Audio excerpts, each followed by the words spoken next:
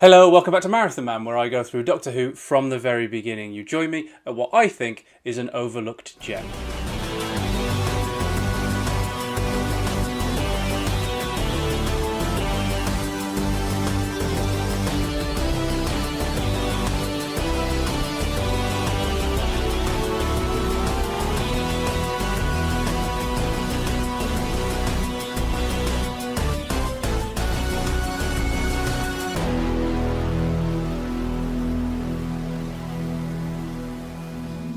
Well, I am pretty familiar with Doctor Who's back catalogue, having seen every episode, as much as is possible when it comes to the missing ones, a couple of times.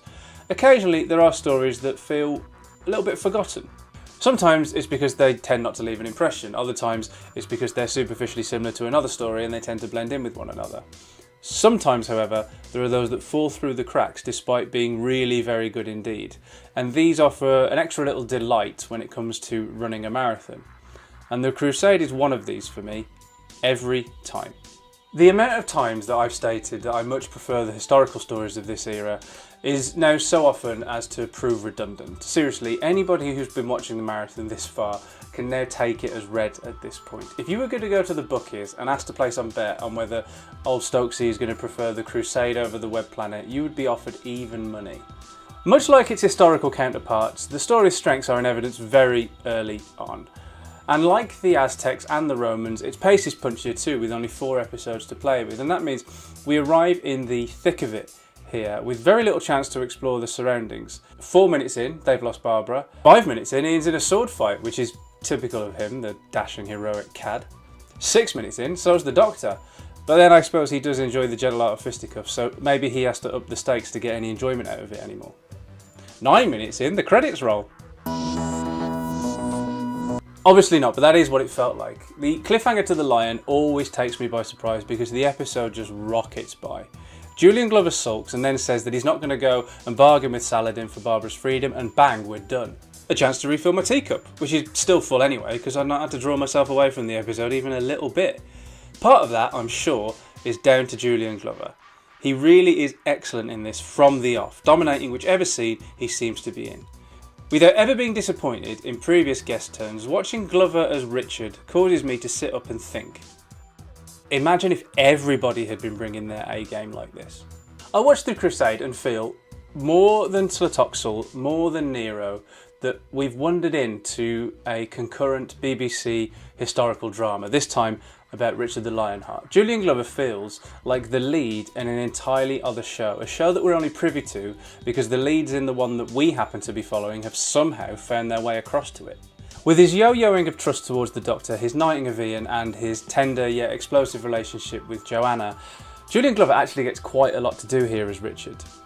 And maybe a lesser actor might have made it look like the standing around in rooms and talking that it so easily could have come across on paper, but Julian Glover sees the opportunities on the page and goes for every single one of them. Quite possibly this is down to the theatricality of the script, which even indulges in iambic pentameter at times. Now, this might be down to a little bit of look at me, aren't I clever on the part of David Whittaker, but I actually think it's justified because it gives it a wonderful rhythm which the actors are more than capable of making really sing. This also goes for Jean Marsh as Richard's sister Joanna. She doesn't let a single opportunity in the script pass her by and is absolutely phenomenal at the righteous defiance when she discovers her brother's plot to marry her off to Saladin. That scene in the episode The Wheel of Fortune where they have that blazing row gives me chills. It is superb. The story itself is 4 episodes long, and the Crusade actually takes in a lot more characters in several different plot threads. Richard and Joanna get relatively a small percentage of screen time and an even lesser percentage on screen together. So it's a testament to both Julian Glover and Jean Marsh that they are able to build up the relationship between Joanna and Richard as well as they do, that it ends up feeling like they dominate the whole story. Devoted brother and sister brought to loggerheads, it is really, really great stuff. And I'm not a bag of flour is a truly brilliant line. It would be very easy to commend the performances alone for making this as good as it is, but as I said earlier, the script deserves a lot of the credit too. It's fantastic. And it doesn't shortchange a single one of its actors. They are seeing the opportunities that are on the page. They're not elevating a script that doesn't have any. Neither is this isolated to the guest cast. The principal four are all yet again on fine form. Ian's motivation, as it should be, is all about finding Barbara. Now, by this point, William Russell can do Ian's deep-seated, good-hearted heroism very well indeed. But here he adds something to it, and I can't quite say what. Whether it's because he and Jacqueline Hill could see the end of their time on the programme coming ever closer, or whether it's because Russell may be consciously deciding to play up the idea of Ian being in love with Barbara, I don't know. But something is definitely added to his performance. And need I say, Hill is as reliable as ever too, and she's got plenty of opportunities to show Barbara's full range here. From being very protective over Sophia, a girl that she's just met, to being asked by Sophia's father to kill his daughter and herself to save them any indignity if they are discovered, to playfully, though defiantly, reeling off all of her past adventures to Saladin himself. And in every one of those moments, she is on point. When she picks up Haroun's knife while hiding with Sophia as the men search the house, she gives a wonderful look that suggests, even if only for a split second, that she is considering honouring Haroun's wishes. We know she won't, and she doesn't, but Hill is so good that she makes me think there's a chance. It's mature stuff, and yet another example of Doctor Who not shying away from history's grit. There does seem to have been some concessions made, however. In Whittaker's original script, apparently there were more overt suggestions to an incestuous relationship between Richard and Joanna, which were cut, apparently at the behest of Hartnell, who felt it was distasteful for a family TV show. He was probably right, to be honest, but it's interesting to know what the production team at the time felt was suitable in the name of education and what wasn't. Apparently Julian Glover was a bit disappointed to lose these inclusions, possibly because had they gone through with it, there would have been nothing else like it on television at the time. But among the grittiness and awfulness of Barbara's story, there is still room for humour. I really like Saladin's reaction to Barbara telling him where she's been and what she has done. That he assumes that she's from a travelling theatre troupe is both a believable reaction and an amusing one. Not even 2 years into its life, and Doctor Who is already acknowledging the inherent absurdities within its narrative without sacrificing integrity. It lurches at the fourth wall, but never ever breaks it. Yet.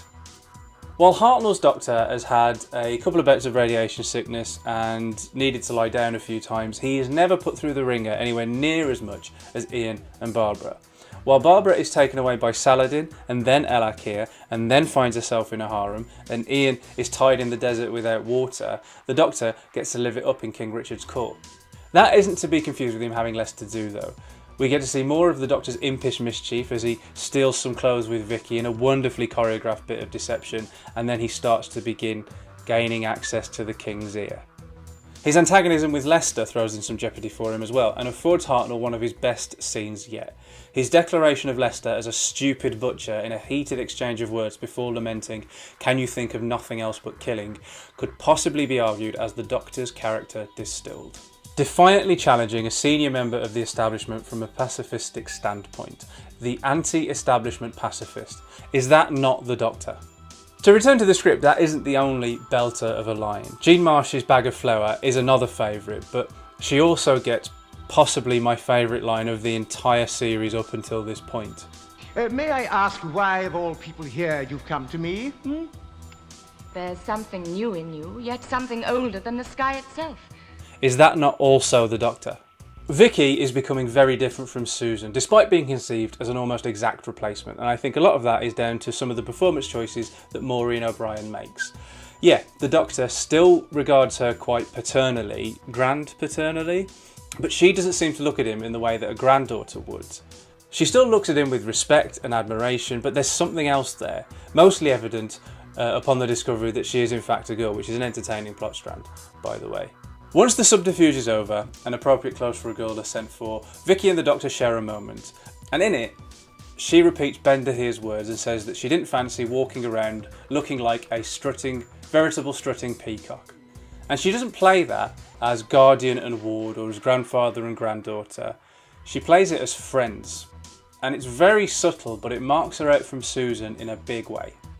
And so, like the first episode, the entire story passes in almost a blink of an eye.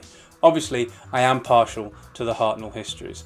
but with this one, I think the production team have more than brought the goods again. 67 episodes down now, and as we end with one of the very best cliffhangers, the crew suddenly frozen solid at the console is a really disturbing image. I very much doubt that the Crusade will be a half-forgotten treasure next time around. I think it will be a highlight I actively look forward to. Speaking of highlights, There's something new in you, yet something older than the sky itself. probably the very best description of the Doctor we have had in the show so far. And I can really imagine somebody saying that in the new series. Like, it could be totally just transposed. Like, Madame de Pompadour could have said it to the 10th Doctor. Or Nancy could have said it to the 9th Doctor in The Empty Child. You know what I mean? Any of the new series Doctors could have that said to them and it wouldn't sound out of place.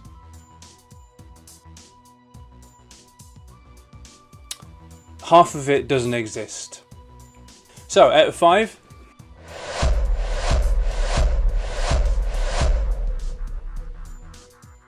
Okay, 5 stars to a Hartnell Historical is, shall we say, predictable at this point. But what can I say? I genuinely think they're this good. As ever, thank you so much for watching. If you enjoyed this, then you know how YouTube works. Please give it a like. It really does help the channel enormously. And what do you think of The Crusade? Is an example of a gem of a script brought fantastically to life by a dazzling array of actors? Or is it a little bit too pompous for its own good? Is it a shame that David Whittaker was ordered to remove overt references to Joanna and Richard's incestuous relationship, or would that have been a bit too far for a family show to go? Or can you see it loud and clear in the finished story as it is? Let me know in the comments below, and I'll see you back here soon for a field trip to a museum. And if you don't want to miss that, hit the subscribe button, clang the cloister bell, and I'll meet you at either one of Doctor Who's most obvious failures or one of its stealthiest successes, depending on how you look at it.